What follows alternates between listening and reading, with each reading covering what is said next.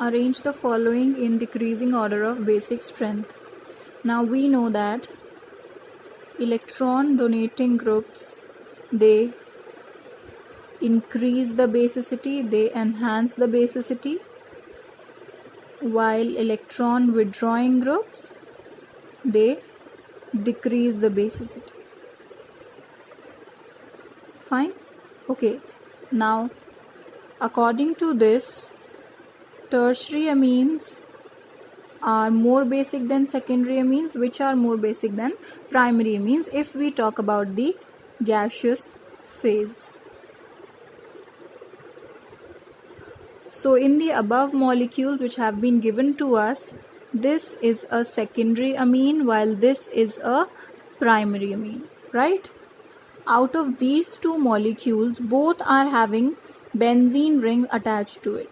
Fine. So a phenyl ring, a C6H5 ring, it acts as an electron withdrawing group because it withdraws electron density through resonance. Okay, so my first highly basic amine would be the secondary amine. Then would come my primary amine. Then out of these two, which would be more basic? How will I figure that out?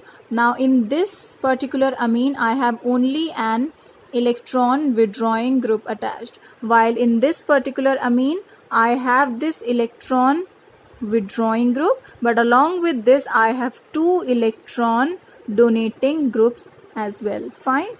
Now this electron withdrawing group would try to withdraw the electron density towards itself from the nitrogen atom, but these two electron donating groups will constantly keep supplying electron density to the nitrogen atom. So this would be more basic.